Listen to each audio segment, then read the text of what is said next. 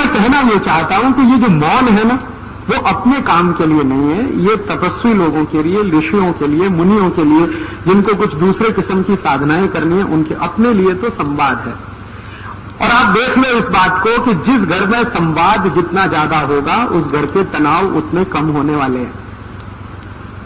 वो संवाद भले फालतू का हो या बेफालतू का, इसका कोई मतलब नहीं। बेकार की बातें भी आप कर सकते हैं, जरूर करिए। कभी कभी गप्पे मार सकते हैं, मारिए, गप्पों का कोई अर्थ नहीं होता, लेकिन फिर भी आप मारिए। लेकिन उससे क्या होता है ना, जो संप्रेषण है वो महत्व का है।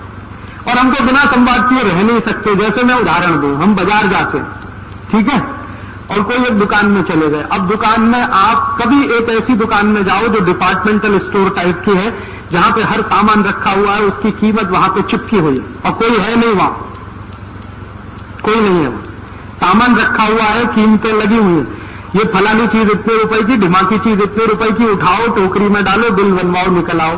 एक तो ऐसी दुकान है। और एक ऐसी दुकान है जहां हर काउंटर पर एक कोई खड़ा है, चाहे कोई भाई खड़ा है, चाहे कोई बहन खड़ा है, और उसने भी लिख रखा है कि देखो ये चीज इस रुपए की। तो आप तो कुछ ना कुछ करने ही वाले हैं। आपको लिखा है तौलिया 20 रुपए की, रेट फिक्स है, फिर भी अरे भाई 18 में दोगे क्या? अब ये जो आपने कहा कि 18 में दोगे क्या, भले वो नहीं देगा, आप 20 में ही लाओगे, लेकिन वो संवाद करने का खोजा आपने रास्ता। रह ही नहीं सकते आप बिना संवाद के, रह ही नहीं सकते। अब भाजी वाला है, वो चिल्ला चिल्ला के बेच रहा है, टमाटर 10 रुपया किलो, टमाटर 10 रुपया किलो। हमने 20 बार सुन लिया, फिर भी यार 8 रुपए किलो देगा क्या? अच्छा 8.5 दे देगा, लगा दे भाई। नहीं 9 रुपए ले लेना, अरे 9.25 रुपए ले लेना। आप उससे मगजमारी कर रहे हो आधा घंटे, वो आपको मजा दे रहा है इसलिए कर। भले आप 10 रुपए किलो में ही टमाटर खरीद। एक रिक्शा वाला है, मान लो रिक्शा चलाता है, उसका रेट फिक्स है कि 5 किलोमीटर 10 रुपए लूंगा, फिर भी आप उसके साथ मोल भाव करते हो कि नहीं करते हो? क्यों करते हो? संवाद के लिए। कोई लोग ये कहते हैं कि हम कंजूस है, कंजूस नहीं है। भाई बिना संवाद के हम रह नहीं सकते, प्रॉब्लम अपनी ये है, इसलिए हम उससे बातें कर रहे हैं। वो चाहे रिक्शा वाला हो, चाहे तांगे वाला हो, चाहे सब्जी बेचने वाला हो, चाहे तौलिया बेचने वाला हो, या कुछ भी बेचने वाला हो, हमें तो उससे संवाद करना ही है, क्योंकि बिना संवाद के व्यक्ति का संबंध बनता नहीं। और व्यक्ति का संबंध न बने तो ये प्रकृति से जुड़े कैसे आप? जब सबको कुटुंब मान के आप चल रहे हैं तो किसी से जुड़ाव तो हो, तो जुड़ाव होगा कैसे? वो तो संवाद से ही हो सकता है। किसी अनजाने आदमी से कैसे जुड़ेंगे आप? बिना बोले जुड़ सकते? सवाल ही नहीं उठता। हर अनजाने आदमी से आप जुड़ेंगे तो बोलकर जुड़ेंगे, और बोलने में संवाद तो आने ही वाला है। तो मैं कहना यह चाहता हूं कि अपने परिवारों में अभी क्या हुआ है, संवाद धीरे धीरे कम हो गया।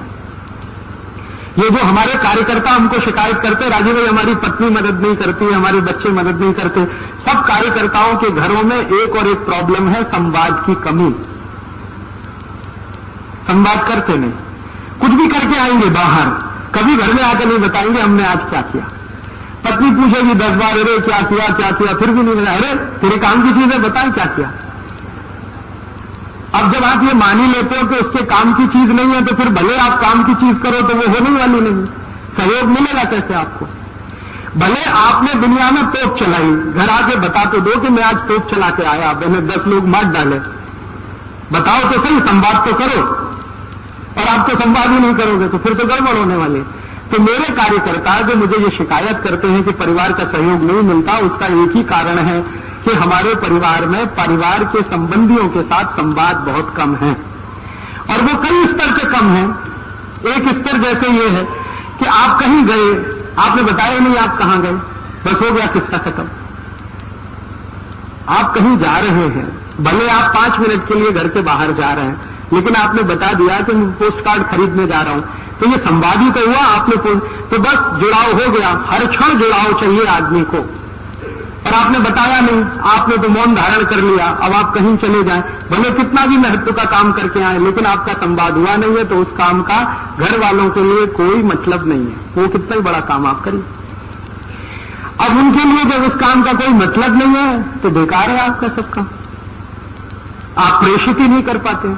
कम्युनिकेशन में बहुत लैकिंग है, और ये भी एक अहंकार, बस और कुछ नहीं। हम क्यों बताएं जी, और क्यों बताएं? क्योंकि हम तो मालिक हैं इस घर के। अब वही गड़बड़ है, मालिक नहीं है भाई, आप इस घर के ट्रस्टी हैं।